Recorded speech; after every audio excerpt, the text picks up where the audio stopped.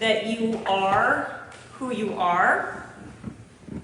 Is it your genes that determine your personality and who you are as a person? Or is it the way you were raised?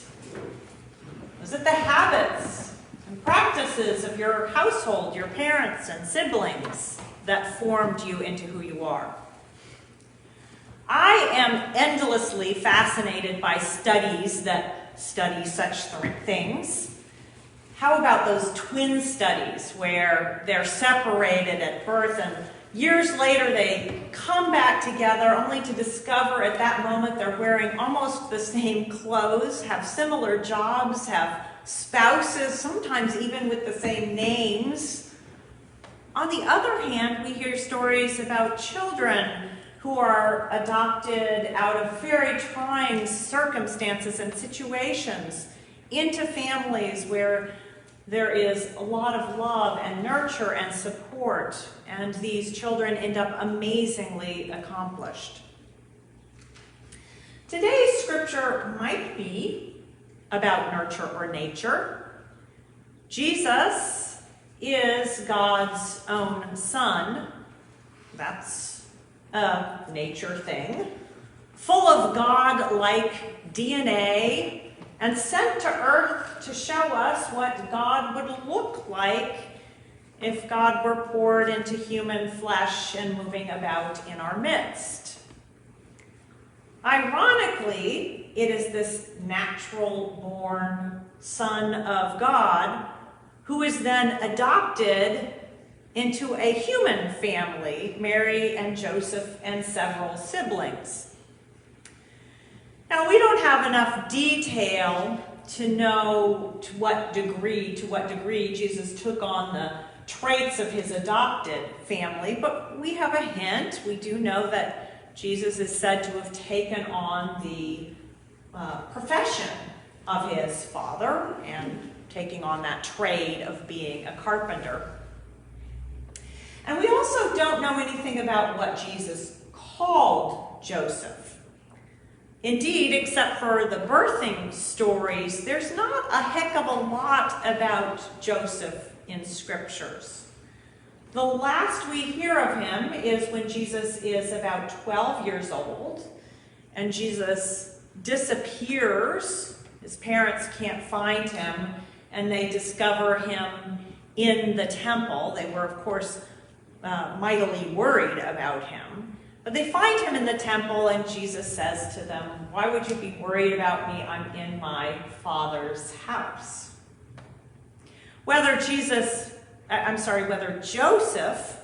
died or deserted the family or simply figures not at all into Jesus' adult ministry, we simply really don't know.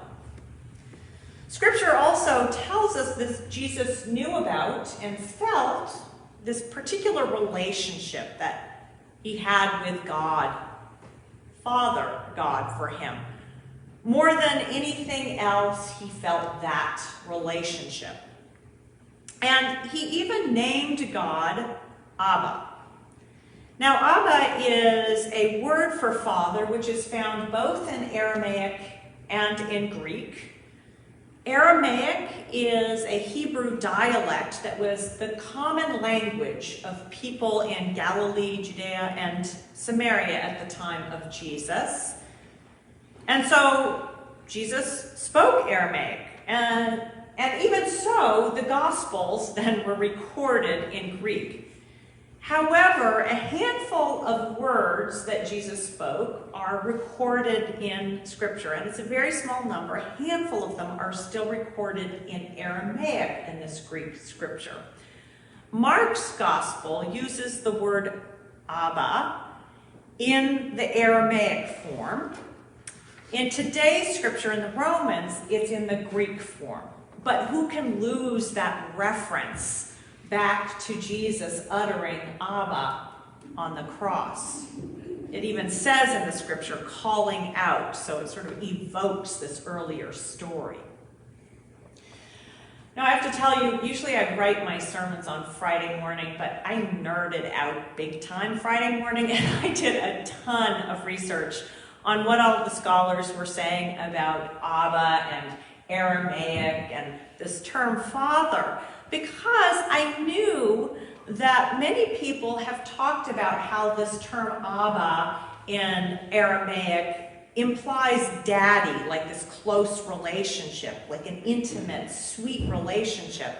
And it turns out this is actually a matter of great scholarly debate, whether that is in fact true or whether this term actually is simply the difference between father as a general term versus father as a specific term, my father. So Abba means my father or our father, specifying.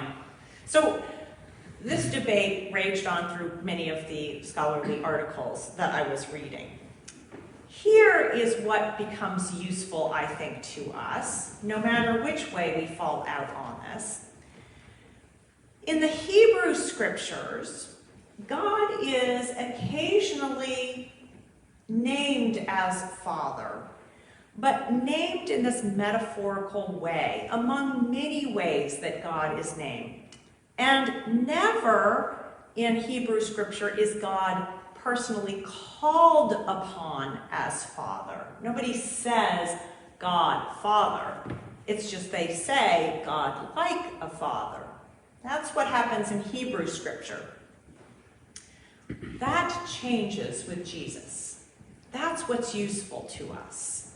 That Jesus was the one who intitulated, in other words, gave the title of God, Father. Father as God. And it becomes Jesus' primary way of addressing God.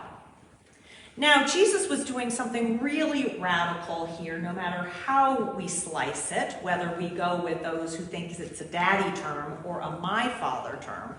And that is something that we have a very hard time fully grasping from this many years past the time of Jesus. We have so normalized this way of addressing God, we fail to recognize just how radical it was.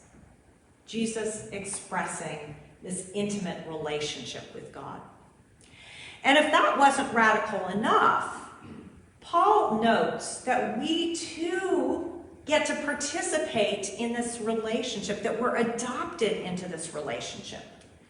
And in our time, we think a little bit as adoption versus natural birth is quite different. But in the time of Jesus, adoption was practiced quite frequently as a way of giving somebody protection in society, as a way of having children when one is childless, as a way of extending family benefits.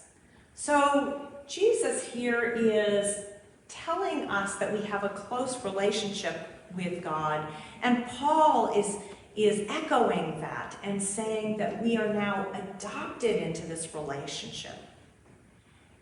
So here's the strange caution about all this. On one hand, Scripture is inviting us into calling God Father. On the other hand, note these two things. We are prohibited from making images of God by the Ten Commandments. And note that when God gives God's self a name, that happens only once in Scripture, and God gives God's self the name, I will be what I will be, which comes to be translated as Yahweh or Jehovah in Christian traditions. Our Jewish siblings pair these two with such care that they will not write out God's whole name on a piece of paper.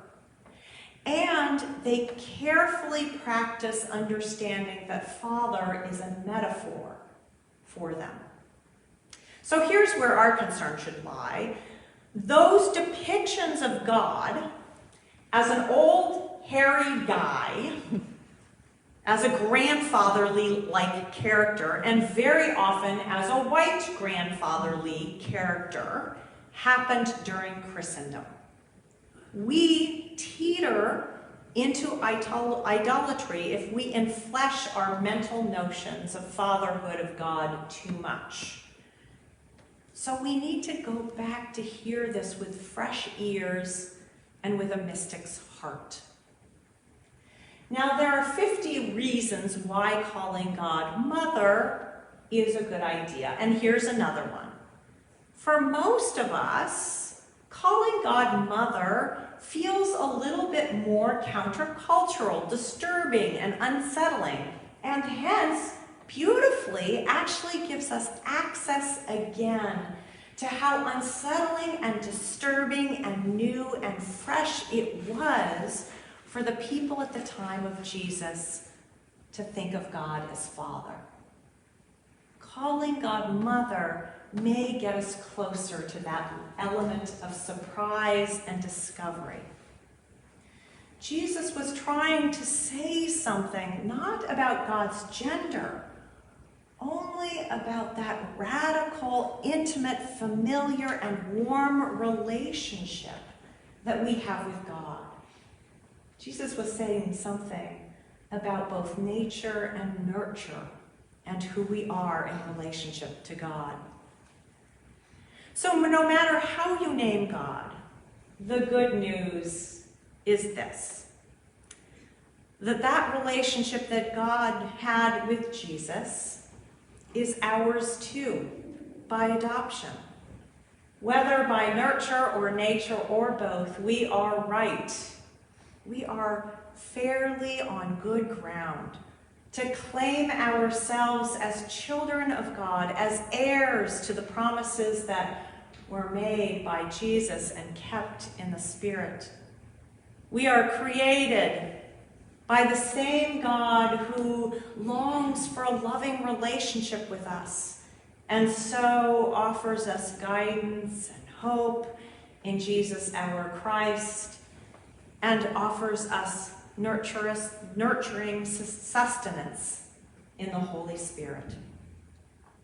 Thanks be to God, then, our Mother, our Father, our Creator, the ineffable One to which we are in beloved and treasured kinship.